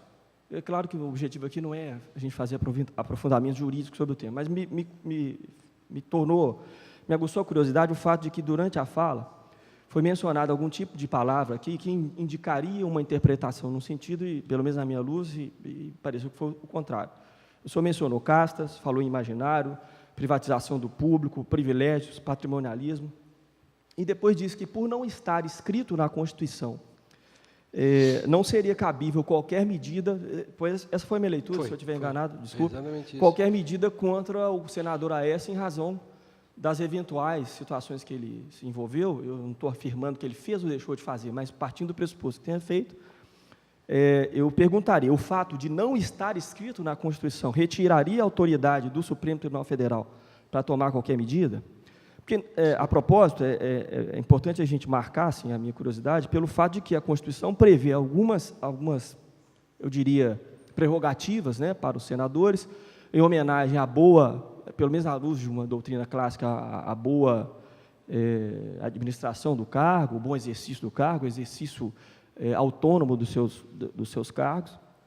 Algumas delas envolvem a prisão, uma delas envolve a prisão, mas, efetivamente, a Constituição não fala e nem poderia falar das medidas cautelares, pelo fato de que essas medidas sequer eram previstas em 88, foram previstas em 2012. Então, nesse contexto, onde estaria o ponto em que uma eventual decisão por manter o afastamento dele estaria equivocada do ponto de vista constitucional? Essa é uma pergunta. E eu também destaquei um paradoxo, que eu sei que existe, e é difícil de responder, mas eu não sei se a gente poderia ter uma luz aqui, né? Na questão da democracia. A democracia representa, assim, na visão que foi exposta, uma subjugação do eu em homenagem ao governo de todos. Quer dizer, que é um governo de todos os eus possíveis, né? Quer dizer, nessa medida, se a democracia ela é apropriada por um conjunto talvez pequeno desses eus, não seria o caso da gente pensar um pouco sobre isso? Quer dizer, será que teria uma resposta? A resposta seria a ação comunicativa lá do Habermas, como o senhor mencionou, uma visão discursiva do direito. E só para concluir, eu imagino que a comunicação e o direito, eles exercem um papel importantíssimo, especialmente a comunicação, no sentido de pelo menos, informar. Claro, a gente sabe das questões dos marcos de informação, dependendo de qual órgão, né, como é que ele vem se colocado aí na questão da economia política. Mas, independentemente disso, é uma questão de ter acesso a uma informação e o que fazer dela aí me parece bastante problemático. O que fazemos dela, de fato, é problemático. Mas eu sinceramente, não acredito, e estou estudando para saber sobre isso, que o comunicador tem o poder de conformar fatos. A minha tendência é não acreditar nisso, que o comunicador não é capaz de mudar os fatos. Então, é dentro desse contexto que eu queria lançar algumas perspectivas. Você está afirmando isso? Não, eu estou dizendo só que eu acredito, né? Você acredita por enquanto, é só no âmbito da crença. Desculpe, eu não peguei a frase final. Você acredita que o comunicador não tem poder para conformar fatos, para criar um fato, porque eu tinha notado... Sim, aqui, mas eu concordo com você, mas essa é a questão, você não pode transformar o mundo em narrativas. Quer dizer, obviamente, fatos existem, aliás, existem interpretações porque existem fatos, né, obviamente. Então, estamos de acordo com a democracia. Veja só, essa questão volta um pouco para trás. Se a minha posição fosse vencedora com essa interpretação da Constituição, não teria havido esta questão toda dos governos que caíram. Exatamente porque eu sempre fui um ortodoxo com relação a essa questão da democracia. Eu acredito, eu sou um otimista metodológico, é como se esta merda fosse dar certo, nesse sentido. Eu sou um otimista metodológico, é como se fosse dar certo.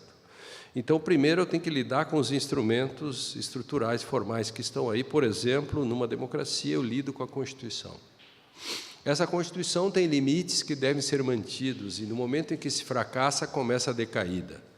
Isto que agora está acontecendo, eu poderia até, como torcedor, simplesmente, eu poderia dizer que azar. Não está escrito na Constituição, antes também não estava, fizeram, por que não pode fazer agora? Porque, afinal, é o Aécio Neves. Eu penso que ainda há um espaço de você tentar exatamente levar essa questão do cumprimento da Constituição até o limite em que eu não sei qual.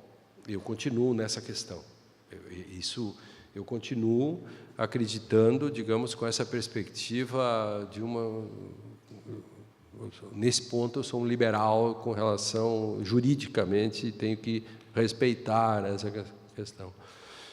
E com relação aos diversos, um eu sozinho ou alguns eus que valem mais do que os outros eus juntos, nós estamos de acordo, porque o conjunto dos eus fizeram a Constituição.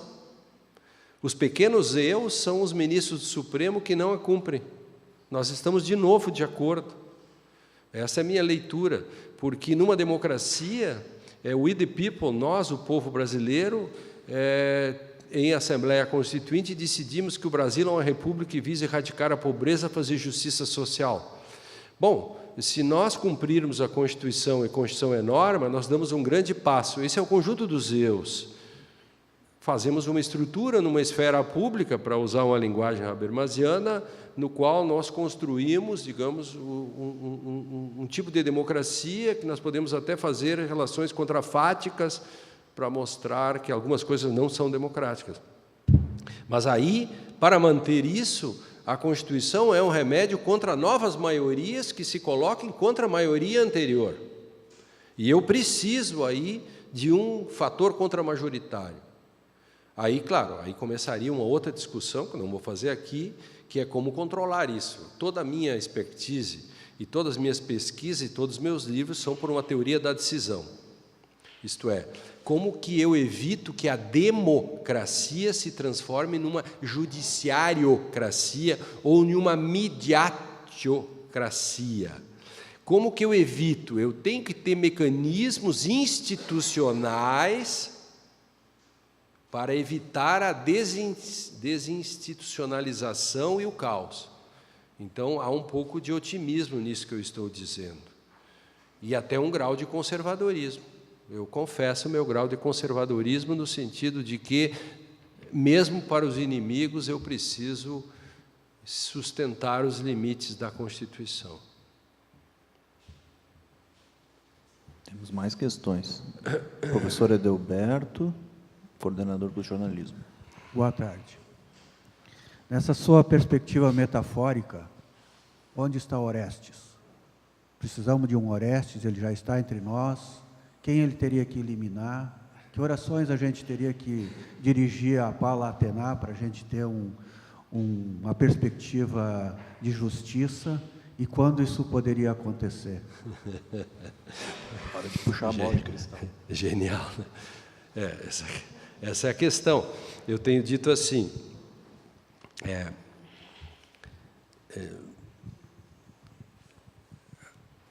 a primeira manifestação, paradoxalmente, o direito teve a sua primeira manifestação de autonomia na mitologia. Talvez por isso ainda o direito seja um mito, que ele continua com seus problemas, porque a primeira manifestação de um grau de autonomia que ele consegue segurar todas as discussões, não com esses conceitos, mas pensemos assim contemporaneamente, dada a distância temporal, a moral, a política e todas as questões que vêm da vingança, ela é controlada por uma questão do julgamento. E essa é uma perspectiva de autonomia. E a democracia,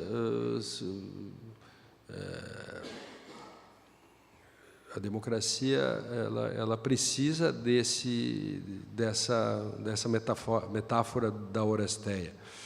Eu, nesse ponto, sou otimista para dizer que tivéssemos, e eu fui um dos que insistiu bastante com todas as pessoas, que nós devíamos ter tensionado a Suprema Corte, dada a institucionalidade, da Suprema Corte dar a resposta no momento oportuno com relação ao processo do impeachment, que não tinha motivos jurídicos, isso devia ter sido levado logo à Suprema Corte. Eu fui, digamos, palavra vencida exatamente por causa... Eu perdi para a política, porque, de novo, sempre esse dualismo. Eu, como jurista, dizia que tinha que pelear juridicamente, mesmo no caos político que se avizinhava.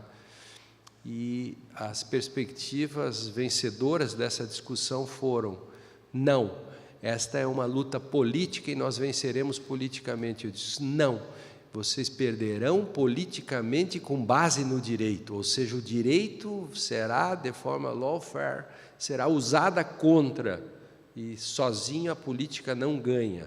Hoje, nenhuma luta política se trava sem o direito, a não ser a revolução. Por isso que a autonomia é a metáfora para mim, nesse sentido. Professor Effendi.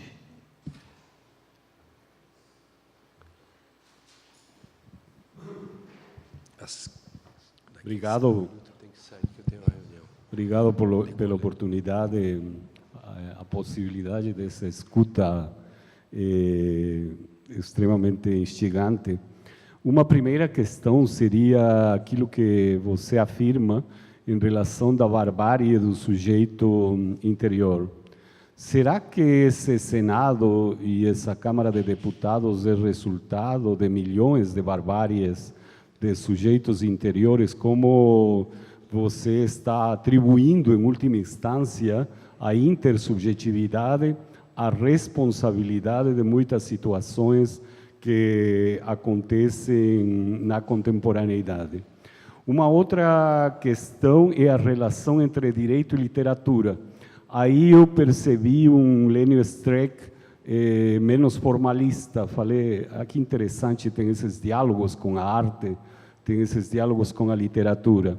E no caso da comunicação, aquilo que você afirmou em relação à miséria do jornalismo, a essa pobreza na produção discursiva, na capacidade de gerar produtos de mídia, de que forma você tem percebido essas carências do mundo literário e artístico no mundo do jornalismo? Para mim, é inconcebível que os jornalistas não leem e não sabem escrever. É incrível que na contemporaneidade, por exemplo, sei que já expulsaram do curso de jornalismo semiótica. Não consigo compreender como isso é possível. Como o senhor vê essas inter-relações entre esse mundo que não é formal, esse mundo que não é estrutural, o mundo da arte, né? E aí entraria também a relação entre Hermes e Exu. Como as sabedorias que não são gregas participariam nessas necessárias transformações? Obrigado. Obrigado. Quando eu falo da barbárie por partes, né? Quando eu falo da barbárie do sujeito interior, né? que é todo o paradigma da subjetividade e o modo autoritário como esse sujeito, que vem toda, né? O Habermas diz, substitua o sujeito, né, por uma racionalidade comunicativa, porque ele é um pessimista, ele sabe que esse sujeito não tem jeito. Ele é um pessimista. No direito também tem várias pessoas assim. Eu sou um otimista, porque o hermeneuta acaba achando que esse sujeito pode ser domado. Pode ser um erro achar que esse sujeito possa ser domado por constrangimentos externos. Eu sempre acredito que o próprio judiciário possa ser domado de algum modo, como amarrando ele de algum modo pela lei e pelos constrangimentos públicos. Assim, do mesmo modo que eu não digo que eu não troco o nome das coisas no meu cotidiano, eu acho que há um momento em que o direito tem que criar um discurso forte, no sentido de constranger até a Suprema Corte, no sentido de que ela não pode dizer qualquer coisa sobre qualquer coisa. Esse é um longo processo. Eu acho que o direito está atrasadíssimo, talvez o direito esteja muito mais atrasado que os meninos jornalistas que contam metáforas das metáforas das metáforas da RBS-TV, por exemplo. Pode ser. Acho que a comunidade jurídica, até pela quantidade de gente, formou um manancial de analfabetos funcionais e que não sabem nem ler e perderam essa possibilidade.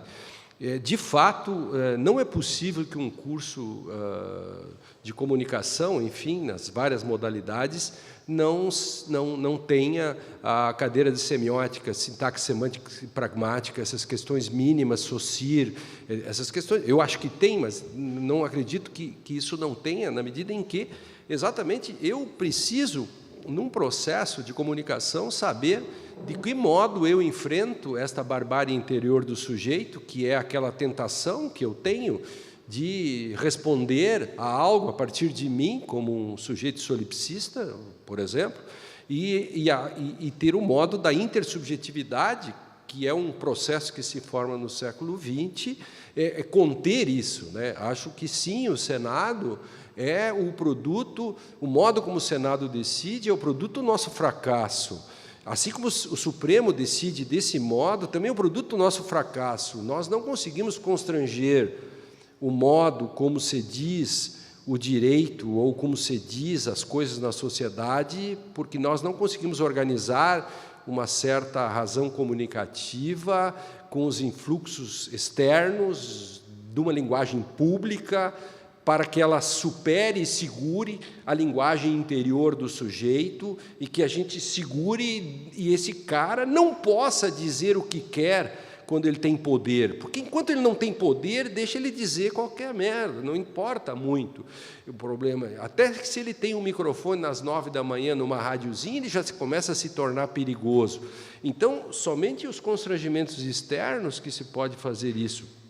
E, de fato, essa questão do direito da questão da literatura, né, eu fico impressionado quando eu vou discutir com repórteres, e eu sou um cara meio pop assim nesse cenário nacional, né, no direito, sou daquele sujeito que as pessoas fazem fila para tirar fotografia, pode não parecer, porque vocês não são do nosso ramo, mas a gente faz assim, congresso para 2, 3 mil pessoas, a gente fica 3 horas assinando autógrafos nos crachás dos meninos e meninas. Nós somos 1 milhão de advogados, então teve um congresso agora em minha homenagem que teve 3 mil pessoas.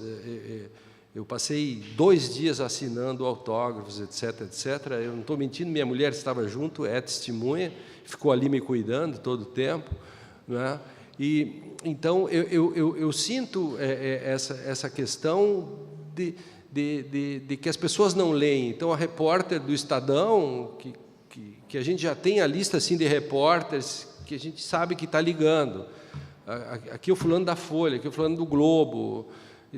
Então, quando você toca num pequeno assunto assim qualquer e usa algum efeito de literatura, é zero. A pessoa não sabe. Então, como seria mais rico se você pudesse ter um diálogo em que o sujeito tentar falar, por exemplo, eu tenho dito algumas coisas assim, digo, olha, pensa como o Shakespeare, o medida por medida, eu digo, olha a matéria como você poderia fazer. Você coloca o juiz Ângelo, que primeiro é o escravo da lei e condena Cláudio à morte. E num segundo momento, só porque ele quer fazer sexo com a Julieta, com a Isabela, ele se transforma no dono da lei. Digo, você tem a metáfora do Brasil numa peça do Shakespeare, homem. Mas eu não conheço a peça e tal, os leitores não vão querer. Aí tu cai no dilema. É que nem o cara que vende vinho. Há muitos anos eu estava em Santa Rosa e pedi um vinho. E ele disse, eu não tenho esse vinho, as pessoas não compram. Eu digo, elas não compram porque você não tem, ou você não tem porque eles não compram? Ou seja, a repórter não publica algo porque ninguém vai ler, ou ela não sabe, quem sabe se ela publicasse os outros leriam. Então, nós teríamos um outro tipo de comunicação, né? Porque palavra, né, é paquilavra, né, nesse sentido. Eu espero ter respondido e espero... Eu tenho uma reunião pesadíssima agora sobre ProEx, essas coisas da universidade, que vocês sabem como é que é, todo mundo pede, assim, nessa crise, né, todo mundo pede passagens e tal, então a gente tem que pegar e administrar o pouco dinheiro que se tem, né, e também fazer a grade para o ano que vem e todas essas questões ligadas às administrações. Beijo para vocês e muito obrigado pelo convite. Sempre que precisarem, estou totalmente à disposição. Muito obrigado, professor Lênin.